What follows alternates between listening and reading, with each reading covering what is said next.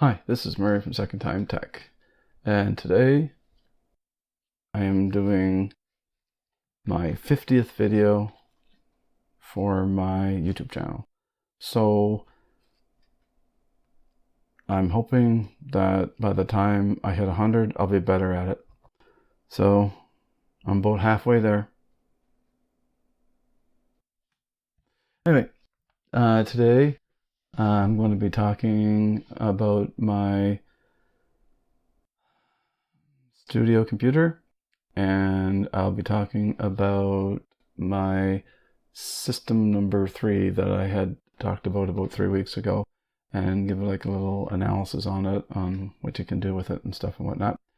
And I'll be talking about overclocking my studio computer, and we'll start with that right now. Basically, the reason why I wanted to do that was because on my last video it was 15 minutes and 34 seconds, and the way it was at the time last week, it rendered it in 7 minutes and 54 seconds, which is about, I think, around 53% time, and to me that was really low. Found out the reason why though. Basically what the reason is because I use a program called DaVinci Resolve, and it's DaVinci Resolve 15 that I'm using, and it's in beta, and it's, I think beta 6 is the version I'm using. I started off with 14, and then I had 15 beta 3, and then upgraded to 15 beta 6. And all that was because I was trying to get my render times faster, and it didn't look like it was using, well, to me it didn't look like it was using the GTX 470 CUDA cores to do some of the rendering, and it was the only thing I could think of. So I upgraded it a couple of times with the video card in there just to see if it needed to be updated in order for it to be able to see it, because whenever I had first put it in there, version, I think it was 15 beta 3, I had the RX 580 in there, and I didn't know if it would see it right away. It did say it in the preferences, but I still wasn't 100% sure. So the 15 beta 3 was updated to 15 beta 6, and it worked exactly the same way, so it didn't do anything. So what I did was I went into the preferences and settings, and for the graphics card it was in auto and auto mode, so it was doing whatever it wanted to do. So I said, well, to be able to check to see if it's actually using the graphics card, what I did was I set it to CUDA, I set it to manual, and I set it to the GTX 470, and all I got was an error. So then I went, okay, I'll put it in auto. So the first one, instead of being CUDA, I put it in the other mode, just in case, and I tried it again, got an error, sorry. And then I put it in auto, and it gave me another error. So then I went, okay, so I'll just put it in auto. When I put it in auto, it still had it set to the GTX 470, so it gave me another error. So I went back and I took everything out the way I had done it, put it back to the way that it was whenever I started, the error went away. So I'm pretty sure that it will not use the GTX 470 as well, the CUDA cores in there for rendering. NVIDIA stopped doing support on it in March or April of this year, and DaVinci Resolve started doing 15 a little while ago. So maybe they decided, saying, well, since Fermi is not being updated anymore, so none of the 400 or 500 cards are going to be supported, then we'll take them out of contention in the program. Is my only guess is what happened. So the only thing that I can do is overclock my CPU in order to get the render times faster. So that's what I did. Now, what I did was a lot of things over the last week. Now, I'm only going to tell you what I did today, because it's like the synopsis of it all, and the rest of the stuff is just doesn't matter because it didn't work anyway. So I did have it set to the Cinebench R15, and the highest I got was 1803. On the average, it was 1805. Sorry, 1801 was the average, but that wasn't stable whenever I ran it on Prime. So once I ran it on Prime, then I had to start lowering it until Prime 95 ran for at least an hour without an error. So I did that, and I was only using the CPU when I did it, the overclocking on CPU. So what I had to bring it down to was the CPU is now at 4.01 gigahertz. It's running at 1.41 volts VCC, and the clock is at 100.2. And the reason why was because when I went on CPU-Z, I checked the clock on it, and it was showing that it was 99.7 or 99.8 or something like that. And so I said, well, I want it to be 100. So I put it to 100.2. And then when I went back and checked it after the next restart, it was at 100.06. So I went, that's great. So I knew that was fine. So then I ran Prime 95. I ran it for an hour. And the CPU went to 72 degrees Celsius, was the highest one that it would go, what that was at. The ambient temperature was 24 degrees Celsius, so the delta is 48 degrees Celsius. Now, that's the highest. Whenever I looked at it every once in a while, it was in its 60s. So in the lower 60s, not even the higher 60s.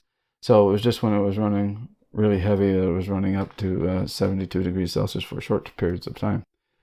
Anyway, so once I got that working and it ran for an hour, I said, okay, let's get at the memory. So I ran memtest and it failed. So I tried some other things. Memtest failed, so on and so on and so on. So basically what I had to get down to was putting the memory at 3200 megahertz. Well, because the clock is higher, then it's 3206 megahertz in BIOS. And the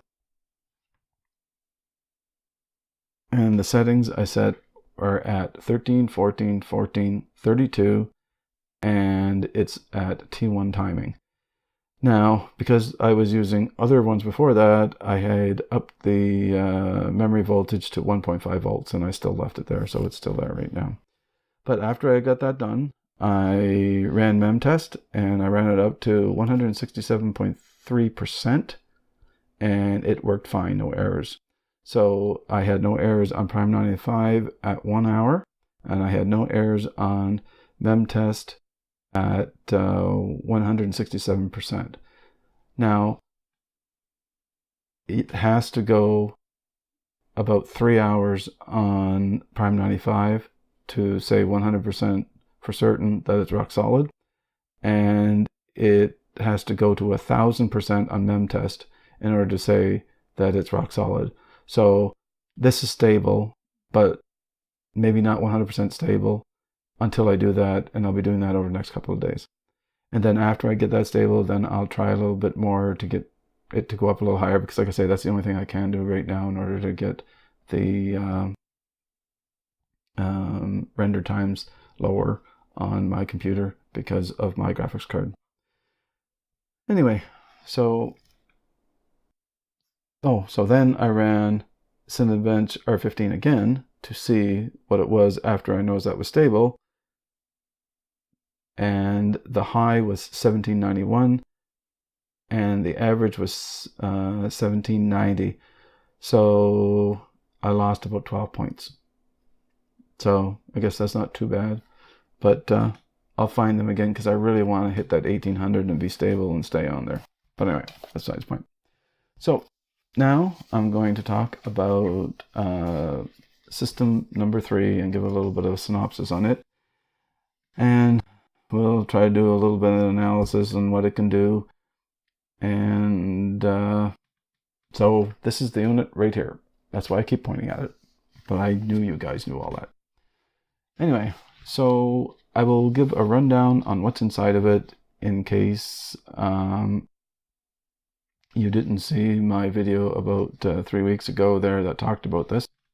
And basically what's in it is an AMD Ryzen 5 1400, which is overclocked to 3.7 gigahertz, a Deep Cool Captain 240EX AIO. It has 8 gigabytes of DDR4 2666 megahertz RAM overclocked to 2800 megahertz, and that is the Ballistix Tactical RAM. It has an MSI Armor RX 580 graphics card. The motherboard is an Asus ROC B350F Strix, and the boot drive is a Samsung Evo 250 gigabyte NVMe SSD. The data drive is a 1 terabyte Western Digital Blue 7200 RPM hard disk drive. It has a EVGA 600 watt 80 plus bronze power supply. The case here is a Rosewill Culligan mid-tower case, and it has the blue LEDs in the fan, and it has RGB inside of it also. And I got the RGB to be the same color blue as the fans, and the only thing that's white that's in there is the center of the Deep Cool Captain 240EX, and it kind of flashes like a heartbeat, so it looks pretty cool. It comes with a gaming keyboard and mouse. It has a fan that's over the RAM, and it does go down onto the motherboard also, so it helps a little bit for the VRM. And it has Windows 10 Pro inside of it. Now, the things that it can do. Well, on here, the other ones I said it could do internet, YouTube, office work, and audio DAW editing. And then the other one I said it could do all that, plus be a starter gaming system at low 1080p. So this one can do that for sure, and it's actually more like a mid graphics computer for 1080p, and it can do the video editing also. DaVinci Resolve 15 would run perfectly fine on this, and it would actually give you pretty decent rendering times on it. So there'd be no problem with that because it's got a decent graphics card inside of it.